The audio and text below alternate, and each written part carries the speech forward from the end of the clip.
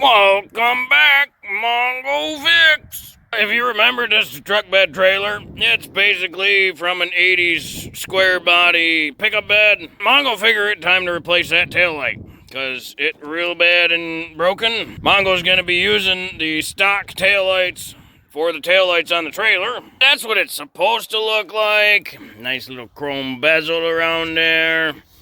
For reference, the Silverados, Sierras, Suburbans, all the 80s style full-size Chevy trucks, they all had the same style taillights. And they told you right on them, right hand top, RH top. So that's the right hand taillight, that's the top. That way you never get them confused. And this is the new one for the left-hand side, and there it says left-hand top. Modern Silverados and Suburbans and whatnot, you gotta open the tailgate to replace taillights. You don't have to do that for these 80s styles. There's 4 bolts or screws that hold the red colored fascia or cover over the taillight. And then there's 4 more that hold the taillight into the body. These little screws, they may be Phillips or they may be T15 Torques. So just something to be aware of. Mongo's just got the truck bed down to have a little shelf here for all the parts.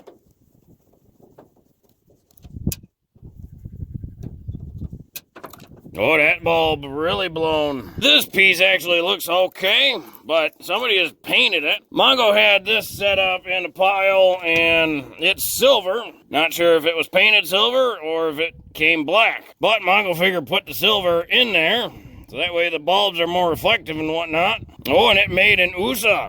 USA made good stuff a long time ago.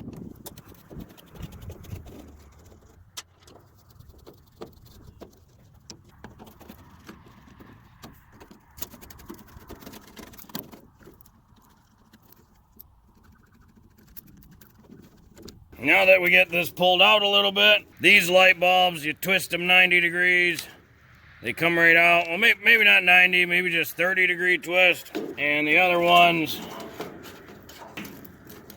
they have an arrow that lines up. Should be able to twist those, yeah, about 30 degrees. And same with the bottom one. Now to replace the light bulbs, this one actually looks really good, so Mongo's not going to replace it. But if you needed to, you just pull it out. Push the new one in. These ones, yep, they're a little twists. Maybe 30 degree. There's 2 different types. You'll notice it's got an opposing tab right across from each other for this one. The other one, same thing. Push down a little bit, twist it, and it'll come out. This one, though, it still has opposing tabs, but they're not right across. One of them's up near the base. The other one's further down towards the bulb. These are not the same bulb, just for reference. So Mongo's gonna see what he's got in the pile. Mongo always takes a little dielectric grease and just squirt some in there where the light bulbs go in. That helps to keep down any corrosion that might form. This one was the opposing tab where they were straight across from each other. You can barely make out the number here. It's an 1156. Now, Mongo didn't have a clear 1156, but Mongo had a amber 1156. So Mongo's going to put that in. It doesn't matter too much in this situation because you have a red cover. So no matter what, that light's going to be red. Clear would be ideal, but Mongo didn't have them, so Mongo's working with what Mongo's got. A little bit of dielectric grease on there. And you insert, push down, and just turn it that little bit. Now, the opposing one that went in here, you can barely make it out. It was made in USA.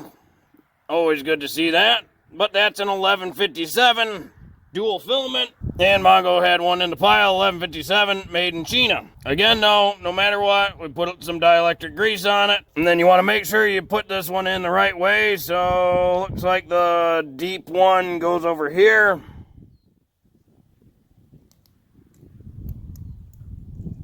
Push down, twist that little bit, and now we got new bulbs in there. Mongo noticed that some of these little things were getting loose. You can try to squeeze them down a little bit to get a little bit more tightness. And we're missing one. And Mongo had one of those in the pile. This little metal tab is bent just a little bit.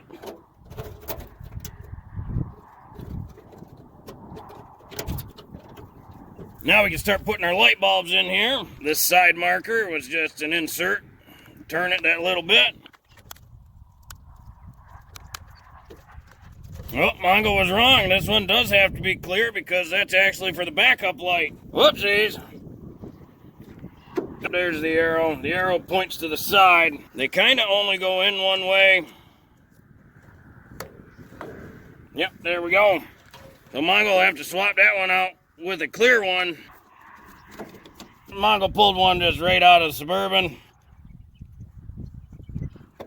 There we go. Now that'll function properly. These screws are pretty rusty. Mongo doesn't like it, so you're gonna put a little healthy dose of anti-sleaze on them.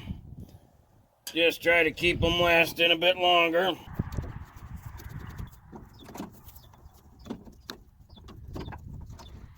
Now that's the one that was bent and it's not quite lining up, so we gotta bend it over so it lines up a little bit better. Okay, so Mongo figured it out. It's actually this piece of metal. It's kind of bent in that way a little bit. It's got to come out and then in.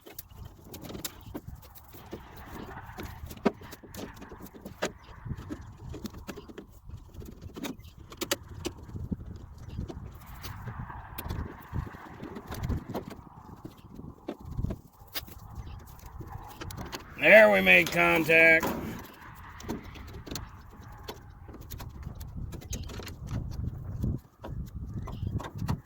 And there we go.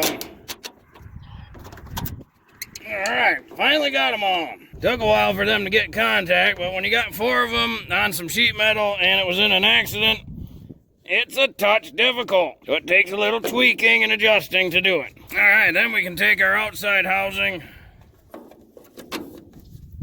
That lines up really good. These screws are just going into plastic, so they don't have to be crazy tight.